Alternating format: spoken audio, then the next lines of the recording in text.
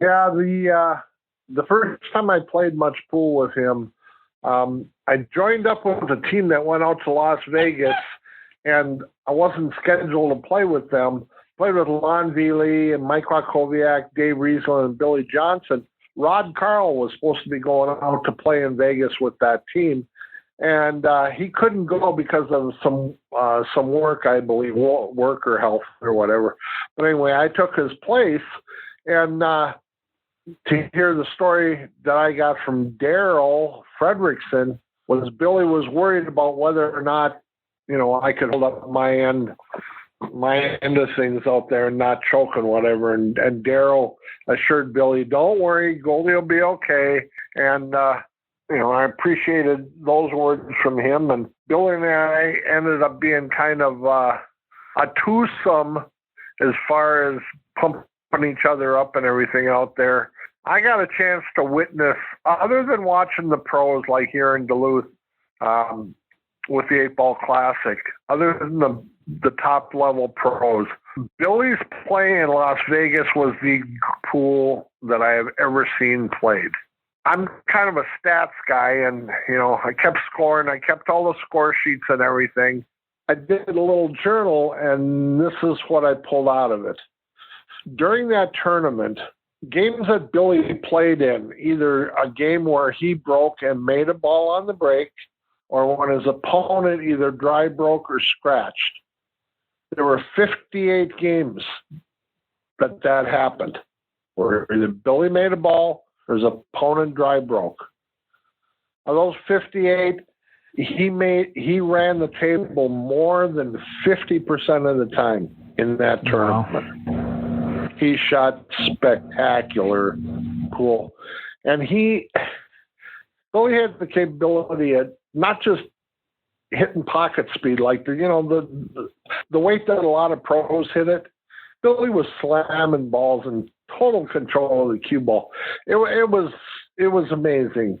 And he'd come back after running a table and say, Goldie, I'm going to get you one of those trophies. I'm going to get you one. And sure enough, we ended up coming in fourth place in the intermediate division. And I'm looking at that trophy on my mantle right now, and I owe a lot of it to Billy Johnson. What a fantastic pool player.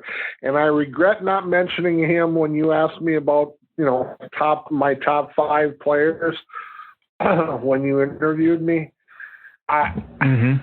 My bad for not thinking of Billy Johnson, because I would put him right at the top alongside Marcus Ullman. Yep, he was amazing. There's no doubt that it's funny. You compared him to kind of watching how pro players do things, and that's the same level of feeling, I guess, that I got when I watched him. It was the same way. It's like, this guy isn't that far off from playing on TV. I mean, he's close.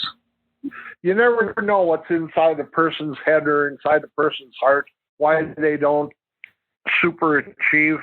Billy definitely had the talent to super achieve.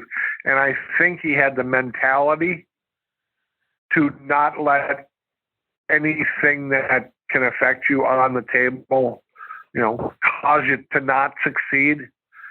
I think he might have had some personal issues, and we don't need to go down the road.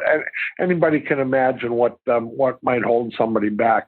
But as far as his ability to succeed and win on the pool table, in my opinion, he could have been a top-level pro. Top level, not just a pro. And then he passed away a short while after we were out there. I think, if I remember right, it was no more than a month or two, or certainly not more than 6 months, where Billy died in that car accident.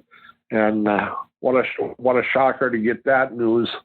That he had died in an accident. And I still have a soft spot in my heart for the guy. He, in a lot of ways, he was a kid. And a kid with a great talent.